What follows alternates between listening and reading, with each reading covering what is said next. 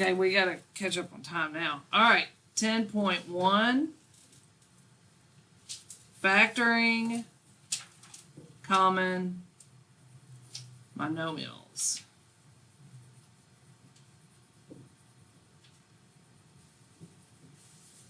Basically, we're doing GCF, greatest common factor. Okay, so y'all already learned how to do greatest common factor.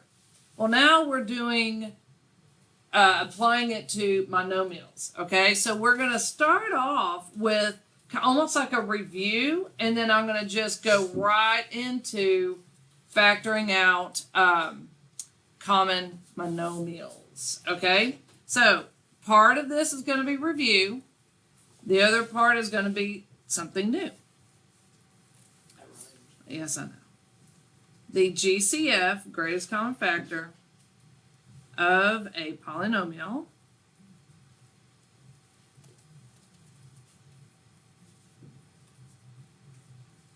is the product. Product means what now? Multiplication answer. Multiplication answer of all factors shared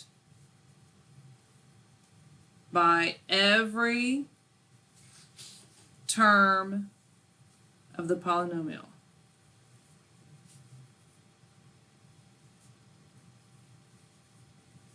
Whoops.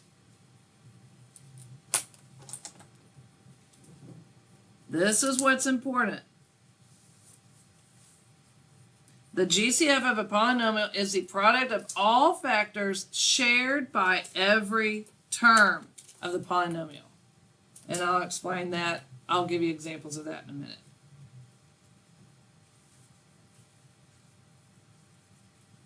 Relatively prime.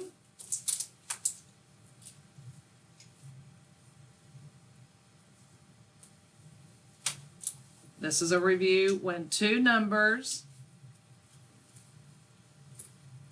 or terms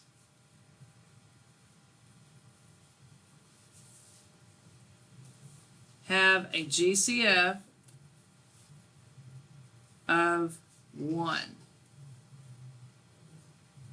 That means it's relatively prime. Basically, if you can't find any common factor besides 1, then it's relatively prime.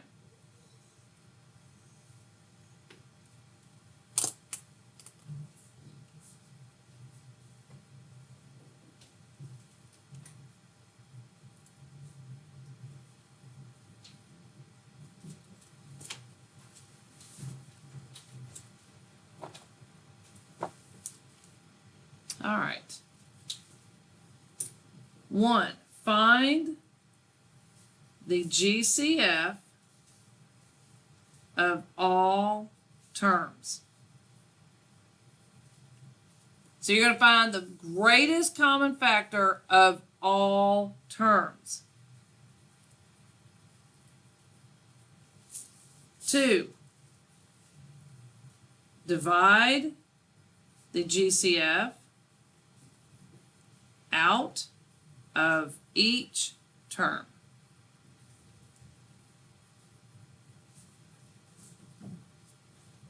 Sort of like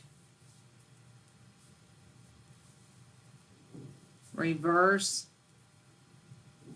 distribution property. Sort of like it.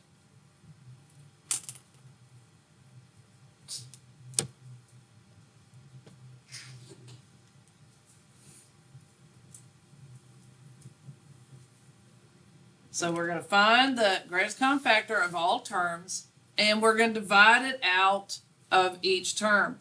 Basically, we're just pulling it out of each term, and I'll show you examples on that as well. It's not as bad as it sounds. You just got to pay, there's a lot of attention to detail on this, and you got to pay very close attention. Write the factorization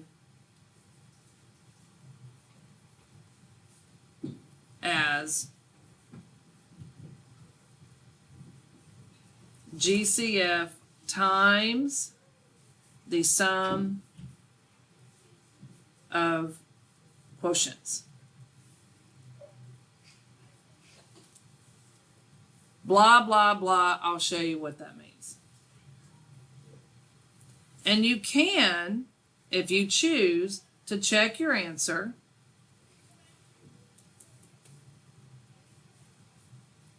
by multiplying it back.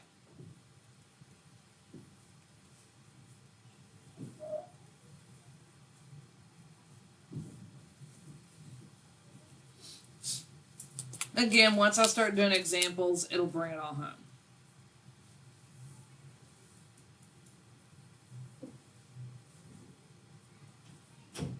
I'll let y'all catch up on writing. If none of this makes any sense to you whatsoever, that's okay. It's just the wording to fall back on if looking at the examples don't make sense later on. Let's say after spring break or something. You know, getting ready for a 6 weeks exam, getting ready for the semester exam. You know, you can look back at these words and they, you know, are there to help you. Most of the time, they're there to confuse you. So we'll take a look at the examples and then that should help out tremendously. All right. So go ahead and open up your book.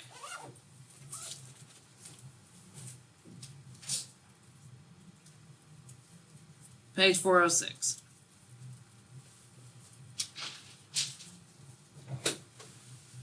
We're going to start off with a little, like, quote, review problems, the easy stuff, and then we're going to jump right into the monomials. Polynomials, the factors, terms. So we're basically taking, as you notice with math, unfortunately, if you hate a chapter or you didn't do so well in it, it's not like you can end it and say, I'm done. I don't have to see that anymore. Every chapter builds on the one before. So you've got to look back to even the one with exponents.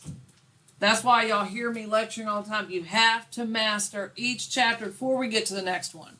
Because then you're like, oh my gosh, I'm struggling. Oh my gosh, we've moved on even further and I'm really struggling. So we are going to be dealing with exponents and stuff like that again. Okay, so number 1. It says find the GCF. Find the greatest common factor of both of those numbers or terms. If the GCF is 1, then write relatively prime. All right, so the first one is 45 and 75. Who remembers how to do this? Cecilia. Go ahead. 45,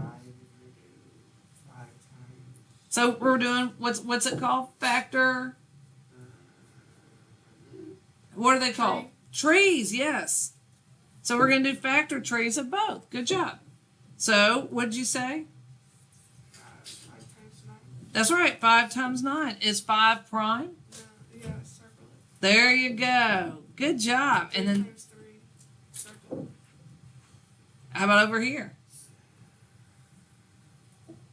3 times 25. Okay, is she correct? Yes, she is.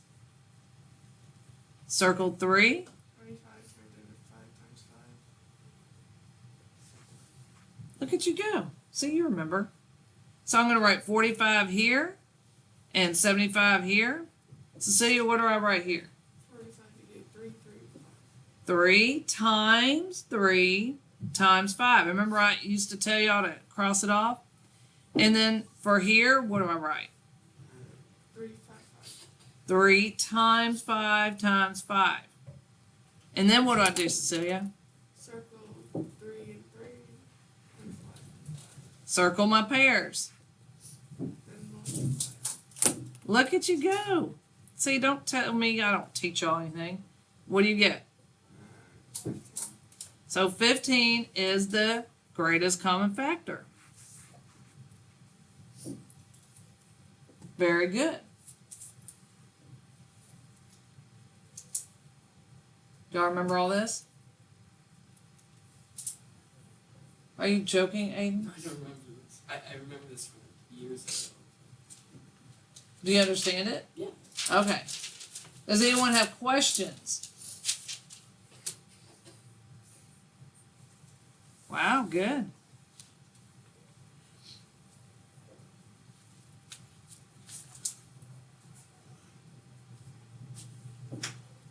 Everyone have it written down? Got it? Okay. Let's do another. Let's do 5. I have x squared, y cubed, and x cubed and y squared. Anyone remember how to do this? Do I need to do a factor tree for the variables? Yeah, for the exponent. Huh? You kind of. Well, but we don't have to do a factor tree like we did for the last one. All I have to do is write them out. Remember the variables, you just write them out.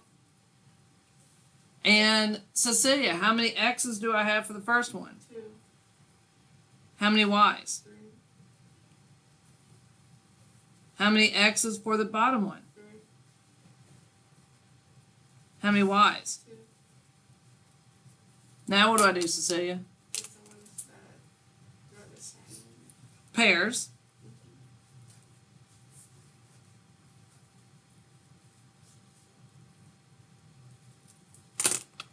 And so I have x times y. We only take out 1 for each pair, correct? So Cecilia, what's my answer? X2, Y2. There you go. Do y'all remember this? Okay, so I'm going to back up real quick once everyone has that, because we did go fast.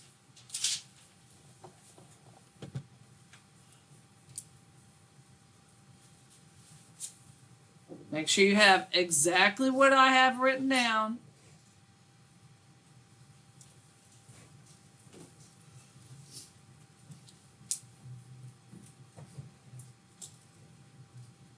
If you're done, you need to put your pencil down so I know. All right, so if we look back, 15 was the biggest number that could be taken out of both of them, right? 15 was the greatest, largest number that they both had in common that can go into it evenly, right?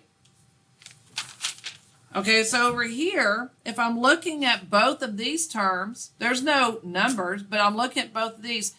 We can get 2 x's out of both of these, correct? And I can get 2 y's out of both of them, right? I can't get 3 y's. I can for this one, but can I get 3 y's out of this one? No. So that's what we're doing today. We're pulling out the greatest number that both or all terms share. Okay? Y'all see that? All right, so now we're jumping into the good stuff. Let's look at 15.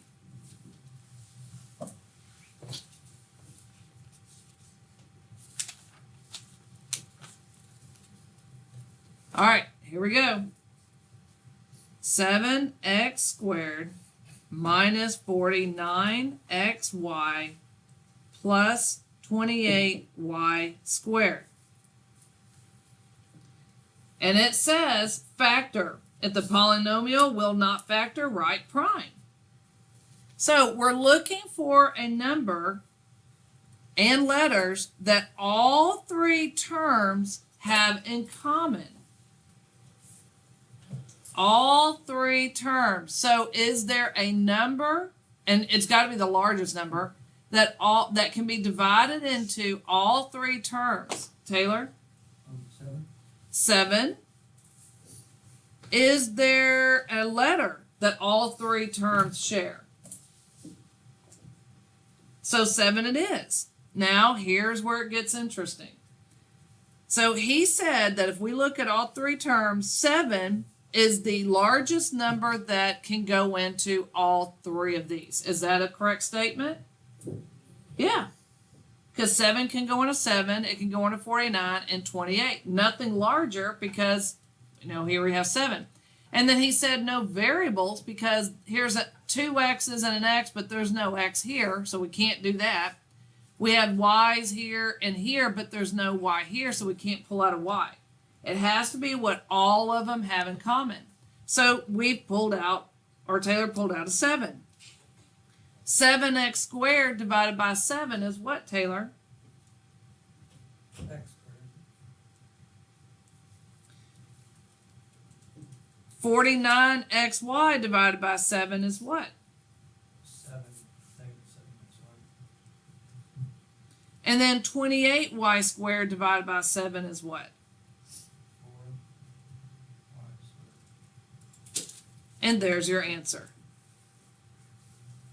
That's what you're doing today. One question. Yes. So, would it always be like the smallest number? Or would it be like, could it be a random number? Like, Yeah, it can be. Well, we'll keep doing examples, okay? And I'll show you. This is just the beginning. But that's a good question. I'm going to show you. It can be different, okay? Are there any questions about what we did here? Please ask. Let's do another. 17. I have 6a squared plus 48a minus 24. Volunteer other than Taylor, Gabby. What number and or letter do they all have in common, the greatest? 6. Only 6, because 6 can go into each of these three evenly, but we don't have a's in every term, so she can't take a out. Do y'all see that? Okay, so Gabby, 6a squared divided by 6 is what? 48a divided by 6 is 8a. And then 24 divided by 6 is, and notice I'm keeping my signs, and that's it. I like this. Oh, just wait. Oh no.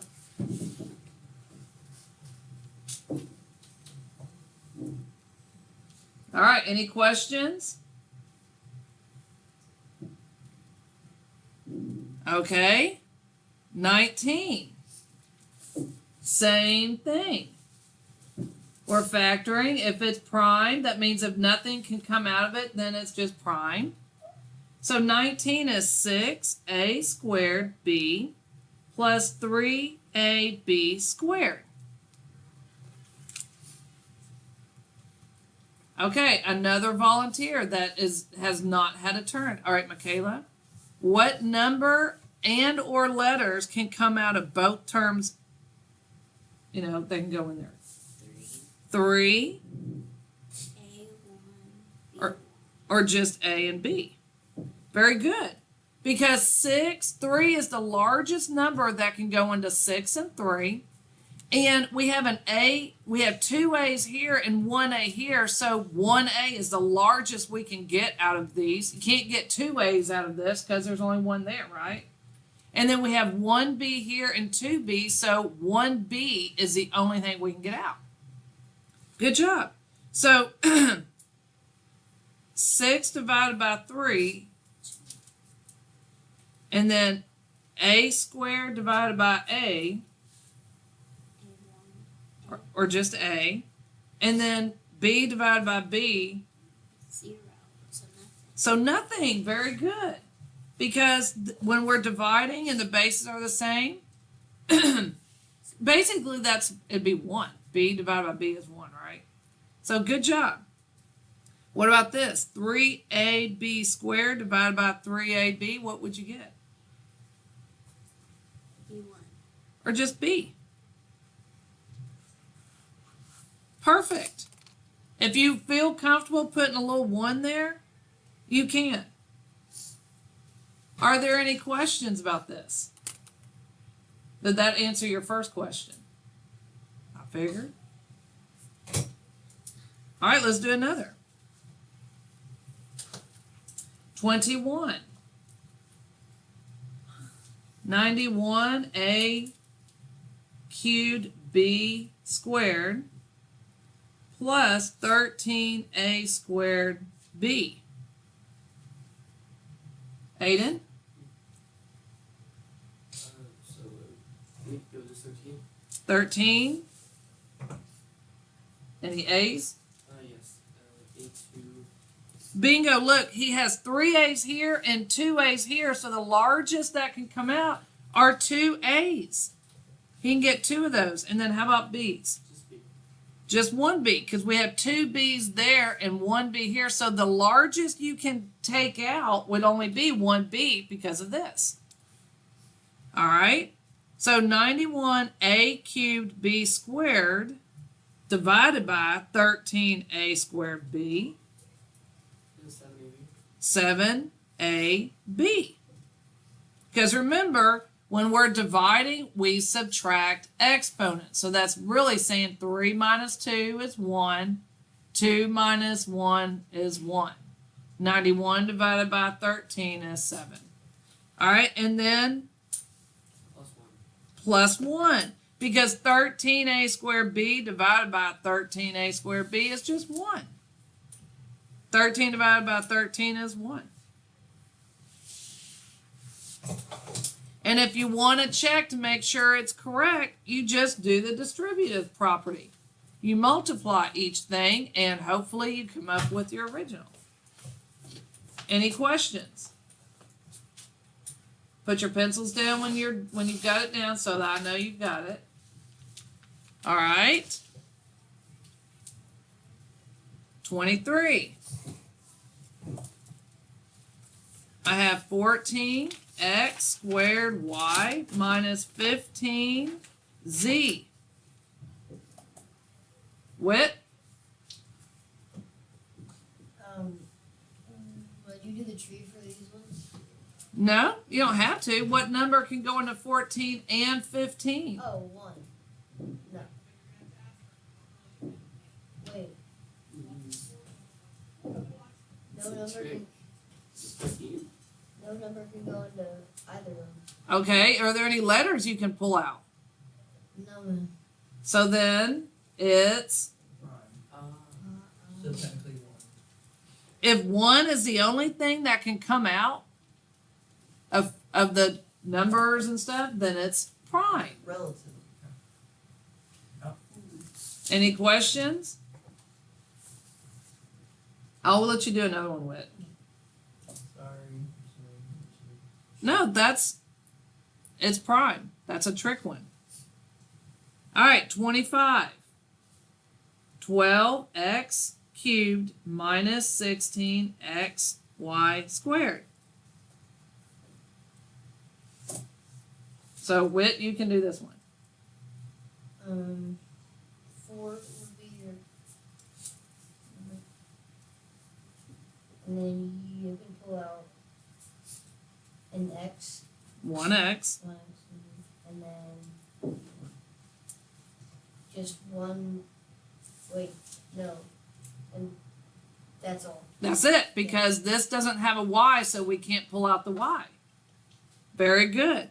All right, so 12x cubed divided by 4x is? 3x squared. Minus 4 y squared. perfect. Any questions? How do we get y squared? We can't. Because there's no y with the 4x. That's It just right. stays the same. Because see, this term didn't have a y, so we couldn't pull a y out. So it just stays the same. Make sense now? All right, let's do another. 27. 56x squared plus 42xy minus 28x. Now, if you can't think of the greatest common factor, don't sit there and say, well, 2 can come out, so I'm going to do it.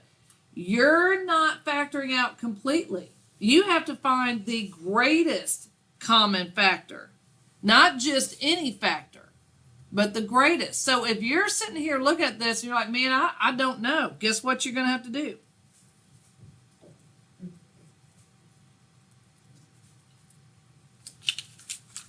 Taylor? No, that's not what I asked. Since you volunteered, do the tree. 6 is 14 times 5. You can't just do normal stuff like 8 times 7. No. 14 times 5. 14 times 5 Yeah. 2 H's. to give you 56? Yeah. No, 14 times 5 does not give you That's 56. So why don't we start with normal? 8 times 7. That's pretty easy, right? 14 is 4. So we're going to do 7 because Taylor's having a brain fart. Circle 7 because it's prime. Taylor, what 2 numbers give you 8 when multiplied? 4 times 2. Very good. And then what 2 numbers give me 4? 2 times 2. Good job. 4 times 1. All right, no. All right, how about 42? Give me something normal. 6 times 7. Good job. What about 6? 3 times 2. Good job. What about 28? Oh my gosh, 14 times 2. 7 times 2. All right, now we're going to list these in order. 2, and you are 2. You're writing what I'm writing. I don't care if you think it's too much work. You're doing it. Yes, you are.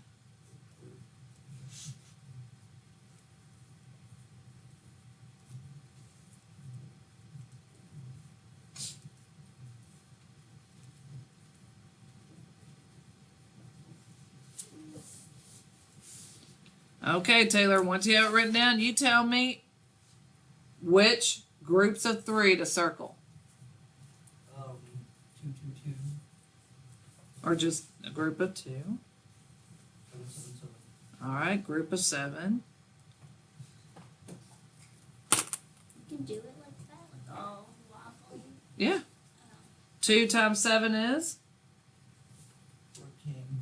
All right, Taylor's favorite number. So we now know what the greatest common factor is that we can pull out of 56, 42, and 28. So I'm going to let y'all write all that down. Then we're going to go back up and finish what we started.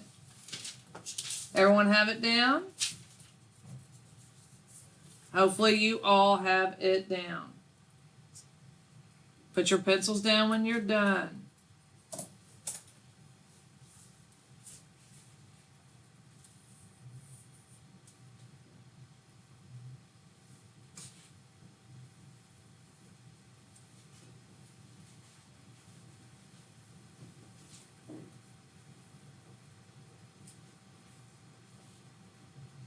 All right. So we have 14. Is there anything else that we can take out, Taylor? No. Wait, there's an X. Yeah. Oh, there's an X because I have 2 X's here, an X and a Y, and 1 X here. I wrote it down wrong. So we can most definitely take out an X. 1 X, not 2, because there's not 2 here and there's not 2 here. And there's no Y here or here, so we can't take out a Y. So Taylor, 56x squared divided by 14x is? 4 times 4x. 42xy divided by 14x? 3y. 3y. 28x divided by 14x? 2. And 2. There's your answer. Now, guys, you better check when you get your answer to make sure it's factored out completely. If you were to have chosen 2 for this in place of this 14 because they're all even, then the numbers here would still be able to be factored out. So you have to make sure you get the greatest common factor. Any questions? None. All right, I'm going to show you 2 more. Look at the bottom at number 31.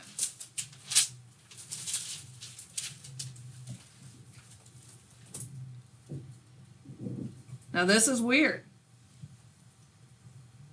Doesn't look like the others. Write it down and then put your pencils down and watch.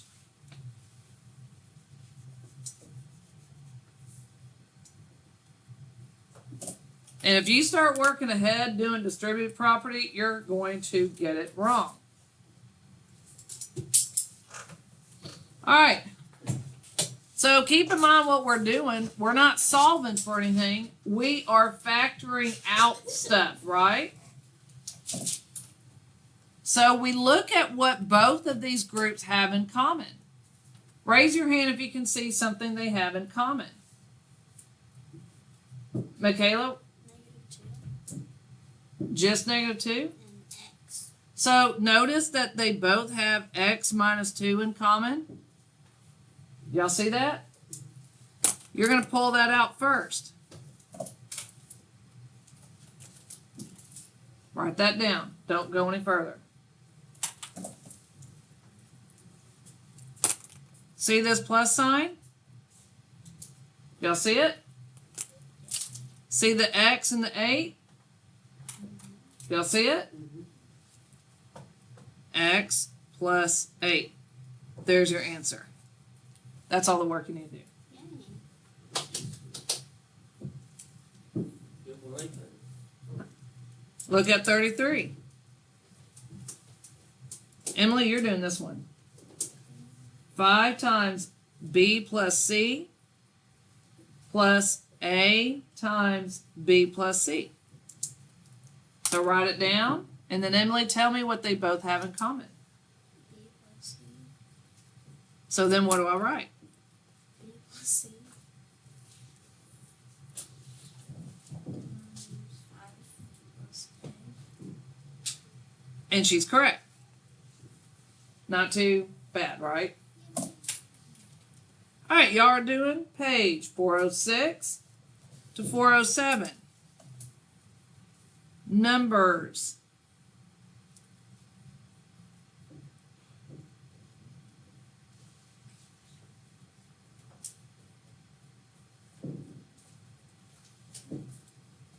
(16 to 34 even). I believe that's 10 problems. 1, 2, 3, 4, 5, 6, 7, 8, 9, 10. Yep. Honors. You're doing, oh yeah, 20 to 34 even, and 40 and 42. Yep. This is due Wednesday.